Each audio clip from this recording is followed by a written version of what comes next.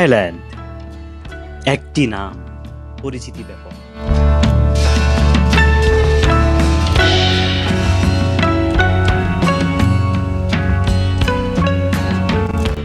Thailand পূর্ব দিগন্তে শান্তির এক দেশ।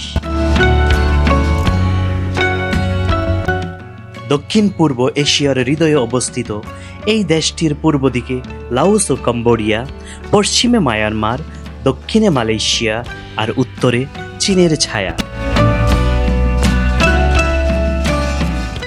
এই দেশটি যেন প্রকৃতি, সংস্কৃতি ও আধ্যাত্মিকতার এক অপূর্ব সংমিশ্রণ, যার রাজধানী ব্যাংকক এবং জনপ্রিয় সমুদ্র শহর পাতায়া।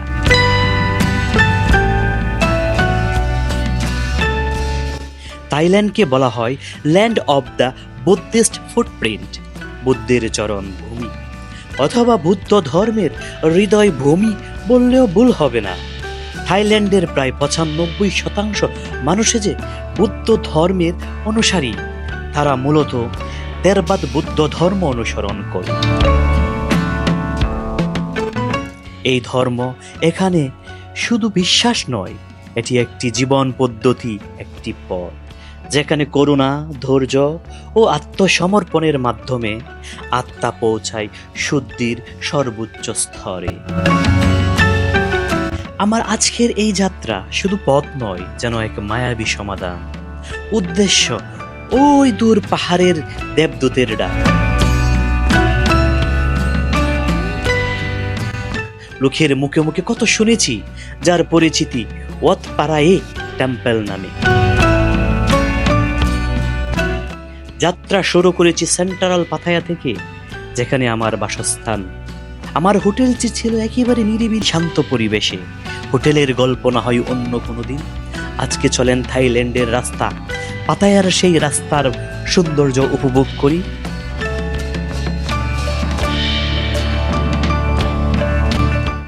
আর বাইকটা নিয়েছি আমি গ্র্যাব থেকে, যার ভাড়া মাত্র 20 বাত, যেটি বাংলা টাকায় হচ্ছে আপনার 70 টাকা। আমি ঠিক যাচ্ছি পাতায়া, যেই সমুদ্র সৈকতের দীর্ঘেশা রাস্তা দিয়ে। আজকের যাত্রাটি আমার জন্য খুবই রোমাঞ্চকর এবং খুবই জার্নিফুল হবে। কি সুন্দর, চমৎকার, পরিপাটি একটি শহর। এক পাশে সাগর, আরেক পাশে শহরে জীবন। ঠিক কিছু দূর সামনে গেলেই আমরা দেখতে পাবো পাতায়ার সেই বিখ্যাত ওয়াকিং স্ট্রিট। ঠিক আমার ডান দিকে লক্ষ্য করলে দেখতে পাচ্ছেন পাতায়ার সেই বিখ্যাত ওয়াকিং স্ট্রিট।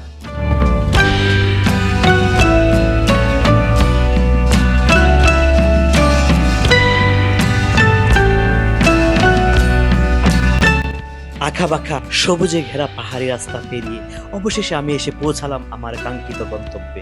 আমি দূর থেকে দেখেছি ওই মূর্তির উজ্জ্বল আলোর রশ্মি। How much, my friend? 24, right? Once again. This is 20, maybe, right?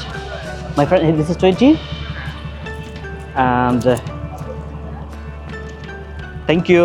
This is 10. Thank you.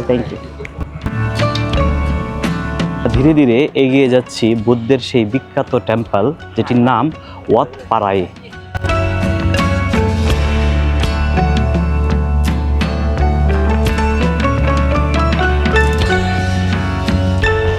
এই মুহূর্তে আমি দাঁড়িয়ে রয়েছি ইয়াত পারিয়াত যে টেম্পল, ইয়াত পারিয়াত যে টেম্পলটা ঠিক তার প্রবেশদ্বারে। আর প্রবেশদ্বারটা কতটা ভয়ঙ্কর এর প্রবেশদ্বারটা যদি আপনাদেরকে একটু ভালো করে দেখাই। দেখেন, অনেকগুলো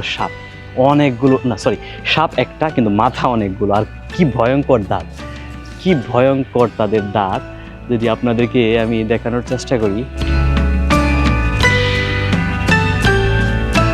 কি ভয়ঙ্কর দাঁতওয়ালা অনেকগুলো সাপ। এই গেটটাকে এই সাপ পাহারা দিচ্ছে। তার সাথে রয়েছে তাদের তাদের সেনাপতি, উজির, নাজির, হাতি, সিংহ, বাঘ। তারাও বসে বসে কি পাহারা দিচ্ছে এই গেটটিকে।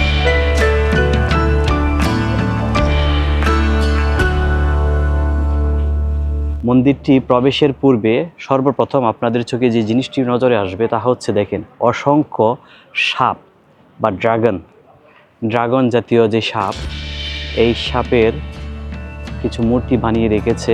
একটি সাপের অনেকগুলো মাথা। আর আস্তে আস্তে আমি ঠিক মূর্তিটির উপরের দিকে যাব। বিশাল বড় ড্রাগন সাপ। আমি এখন আস্তে আস্তে ঠিক উপরের দিকে যাওয়ার চেষ্টা করব। আপনারা সিঁড়ির দুনো পাশে যেই ড্রাগন আকৃতির সাপটিকে দেখতে পাচ্ছেন, এটি কোনো মামুলি সাপ নয়। এটিকে বুদ্ধ ধর্মাবলম্বীরা নাগা নামে ডাকে। এই নাগা হচ্ছে এই মন্দিরের প্রহরী। আমি সিঁড়ি বেয়ে উপরে উঠছি, আর আমার কাছে মনে হচ্ছে এই সিঁড়ি যেন এক আধ্যাত্মিক উত্থানের পথ। প্রতিটি ধাপ যেন আত্মার এক পরিশুদ্ধি। আমি এখন উপরের দিকে হাঁটছি, প্রতিটি ধাপে অনুভব করছি এক অদ্ভুত প্রশান্তি।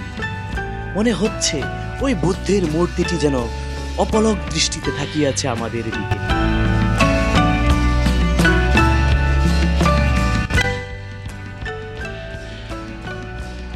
আমি যতই এই টেম্পলটির দিকে এগিয়ে যাচ্ছি, মনে হচ্ছে এই বিশাল মূর্তিটি যেন ততই জীবন্ত হয়ে উঠছে। মনে হচ্ছে তিনি যেন পাহাড়ের চূড়া থেকে তাকিয়ে আছেন সমগ্র পাতায়া শহরের দিকে, যেন সবাইকে বলছেন জীবনের আসল সৌন্দর্য বাইরের নয়, ভেতরের শান্তিতে। চলুন না, এই ধাপে ধাপে শান্তির পথে আমরা সবাই একটু করে হাঁটি।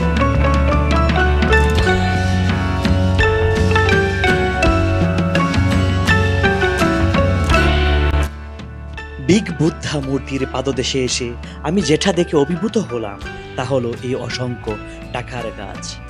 থাই ভাষায় যাকে নোগুয়েনটন অর্থাৎ অর্থের বৃক্ষ বলে।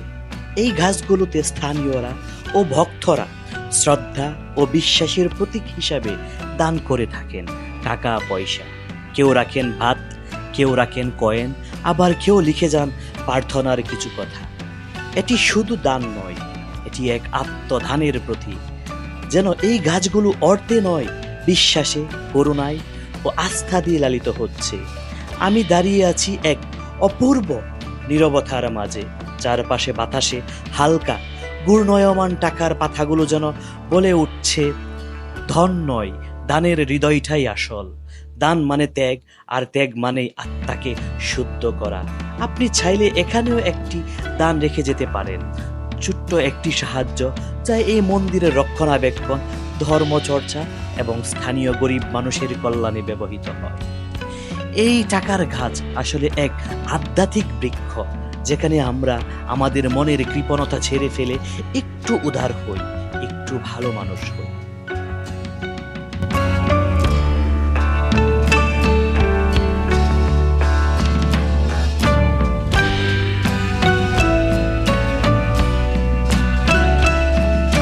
এই টাকার গাছগুলোকে পাশ কাটাতে যেন খুলে গেল এক গোপন রাজ্য।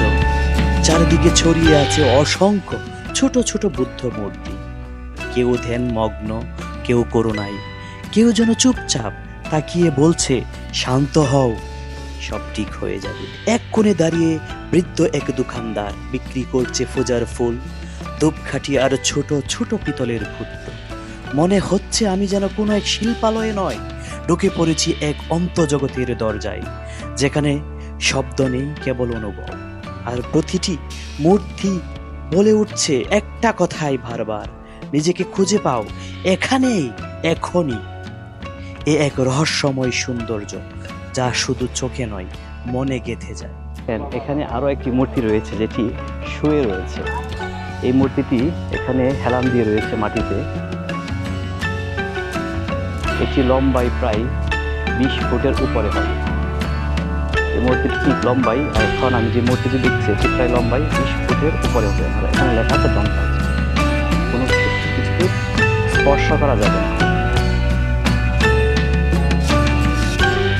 ঠিক আমার সামনে এই মূর্তি দেখতে পাচ্ছেন, রহস্যময় মূর্তি, দাঁত বের করা, চোখ জলজলে, যেন আকাশের রাগ ছুঁয়ে আছে। তাদের হাতে আছে মরণ বয় সঞ্চারী অস্ত্র, কেউ হাতে ধারণ করেছে মৃত্যুর প্রতীক। তাতেও লুকিয়ে আছে এক আশ্চর্য রক্ষা, এক অভয় বার্তা। মানুষ এই মূর্তিগুলোর সামনে দাঁড়ায় ভয়ে নয়, বিশ্বাসে। ভয় যেখানে চূড়ান্ত, সেখানেই আশ্রয় খুঁজে পায় আত্মা। এরা ধ্বংসের প্রতীক, আবার সৃষ্টির পাহারাদার। এদের সামনে প্রার্থনা মানে নিজেকে সকল অশুভ শক্তি থেকে রক্ষা করার এক চিরন্তন আকুতি। এজন্য এক তীব্র শক্তির প্রকাশ, যেখানে ঈশ্বর রাগে নন, রক্ষা করাই বিরাজমান। কি অদ্ভুত ধর্ম বিশ্বাস! দেখেন মূর্তিটিকে দেখতে কতটা ভয়ঙ্কর দেখা যাচ্ছে, হ্যাঁ। আর এই ভয়ঙ্কর মূর্তিটির পূজা করতে অসংখ্য মানুষ এখানে আসে।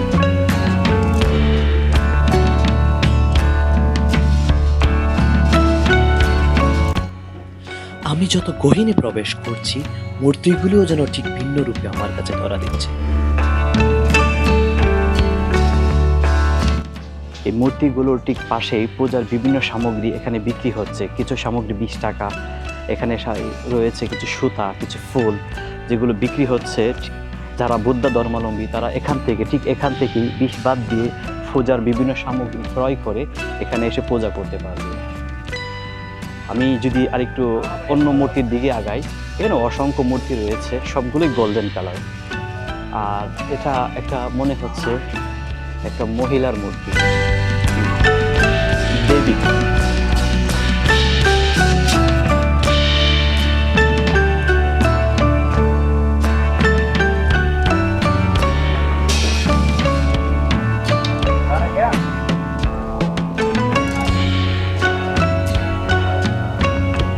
আর একটি খুবই ভয়ঙ্কর মূর্তি, যেটি মাথার মধ্যে সাপ বসে রয়েছে। এই মূর্তিটির মাথার মধ্যে অসংখ্য সাপ, মানে অসংখ্য না, একটা সাপ, কিন্তু এই সাপের মাথা হচ্ছে 7টা। এই ভয়ঙ্কর মূর্তিটি যদি আপনাদেরকে একটু কাছ থেকে দেখাই,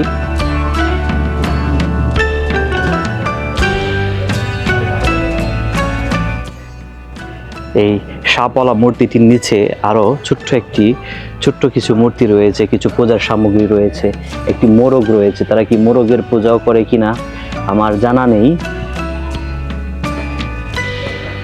দেখেন এই সাপওয়ালা মূর্তিটির পাশে এখানে ছোট্ট আরেকটি দেবীর মূর্তি আর একটি মোরগ দাঁড় করিয়ে রেখেছে, মোরগের পুতুল দাঁড় করিয়ে রেখেছে। এখন তারা কি মোরগের পূজাও করে কিনা তা আমার সঠিক জানা নেই।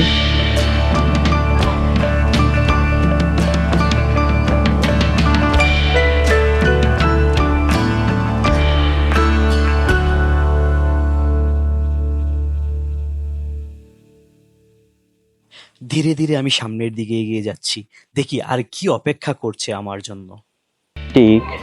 ঠিক তার পাশেই রয়েছে কিছু ডোনেশন বক্স, যেটি প্রায় মন্দিরগুলোতে খুব সচরাচর লক্ষ্য করা যায়।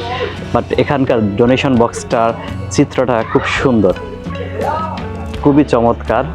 একটা মূর্তি বানিয়েছে, মূর্তির হাতে একটা বাক্স ধরিয়ে দিয়েছে, যেখানে আপনি টাকা পয়সা দান করতে পারবেন।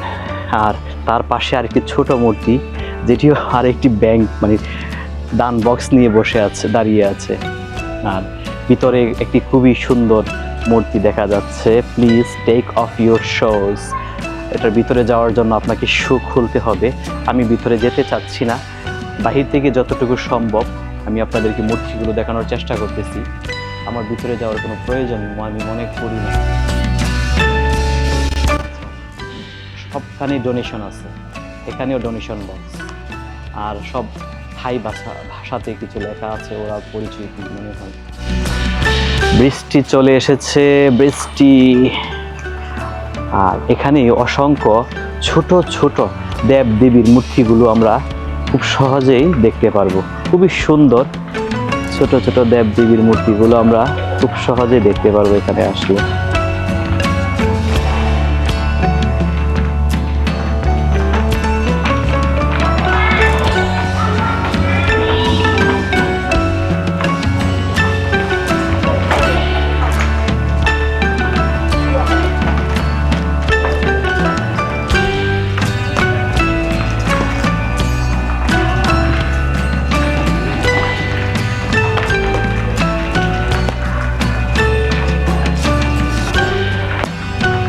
কেউ দাঁড়িয়ে রয়েছে, কেউ শুয়ে রয়েছে।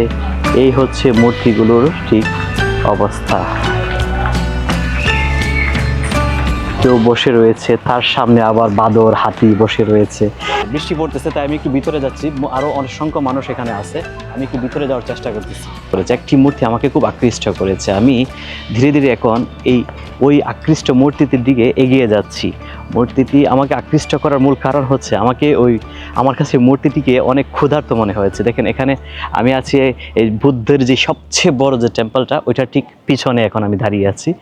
পিছন থেকে আমি এই বুদ্ধের মূর্তিটা যদি আপনাদেরকে দেখাই, ঠিক এভাবে বিশাল বড়, প্রায় 60 ফিট উঁচু করে গোল্ডেন টাইলস দিয়ে ওই মূর্তিটি বানিয়েছে। এখানে অসংখ্য বুদ্ধরা আসে প্রতিদিন পুজো করতে, আর অসংখ্য পর্যটক আসে তাদের এই পুজোর ধরন দেখতে বা এই মূর্তিগুলোর আকার আকৃতি অসংখ্য পর্যটককে কাছে টানে। কিন্তু আমি যে মূর্তিটির কাছে এখন যাব, আর যেটার কথা আমি বললামই মাত্র, যে আমাকে খুব বেশি আকর্ষিত করেছে, এটা হচ্ছে অনেক ক্ষুধার্ত একটি মূর্তি। কেন আমি ক্ষুধার্ত বলতেছি দেখেন, মূর্তিটির যে পেট একদম গিয়ে পিঠের মধ্যে লেগে গেছে। আমি যদি আপনাদেরকে আরেকটু কাছ থেকে দেখাই, পেট গিয়ে একদম পিঠের মধ্যে লেগে গেছে। আমি যদি আপনাদেরকে আরেকটু কাছ থেকে দেখানোর চেষ্টা করি,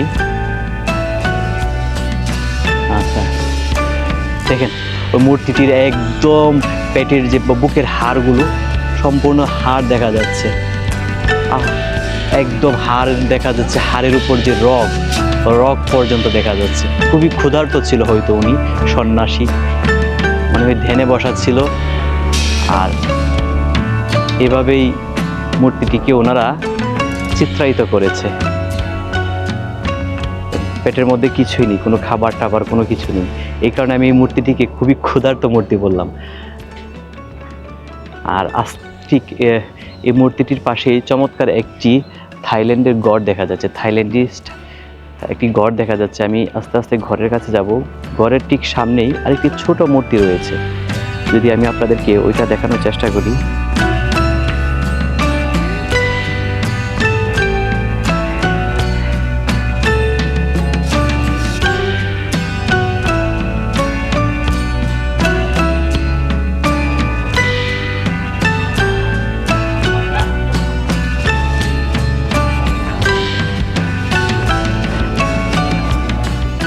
বড় মূর্তিটির পিছনে ঠিক ছোট মূর্তিটি কি সুন্দর করে একই রেখাতে বসে রয়েছে, আর তার চারপাশে অসংখ্য মূর্তি বসে রয়েছে, শুয়ে রয়েছে।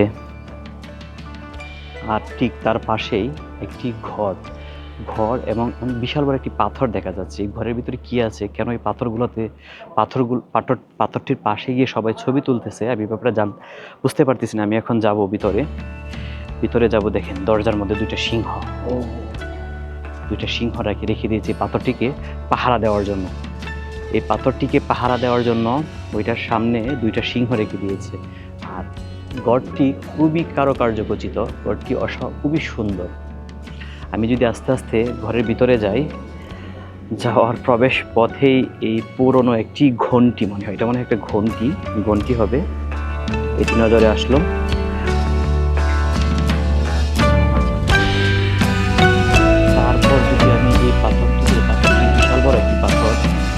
এখানে সবাই পয়সা রাখতেছে, কেন বুঝতে পারতেছি না। নো সিটিং বলে দিচ্ছে, এখানে বসা যাবে না। আচ্ছা, পাথরটির ঠিক সামনের একটি অংশে আরো একটি মূর্তি রয়েছে। এই মূর্তিটি যদি আমি আপনাদেরকে দেখাই,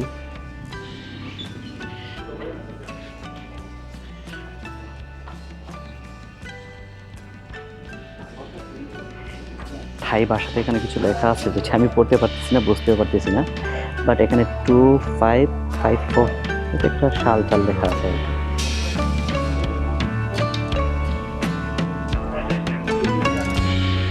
সাপ মাথায় নিয়ে বসে আছে একদম একটি পাথরে, এটাতে কোনো জোড়া টোরা কোনো পাথর খেটে এই মূর্তিটি বানিয়েছে। দেখেই দেখা যাচ্ছে আবার সমুদ্র সৈকত।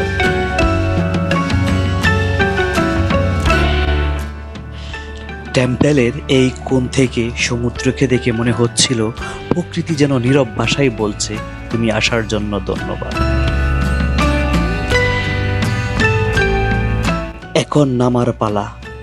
হৃদয়ে শান্তি, চোখে বিস্ময় আর ক্যামেরায় গল্প নিয়ে ফিরছি আমি। পাহাড়ের কোণ থেকে যে সমুদ্রের রেখা চোখে পড়েছিল, মনে হচ্ছিল যেন আকাশ ও জল এক হয়ে আমাকে বলছে, তুমি এক পথিক যার পথে থেমে থাকা নেই, শুধু অনুভব, শুধু অভিজ্ঞতা।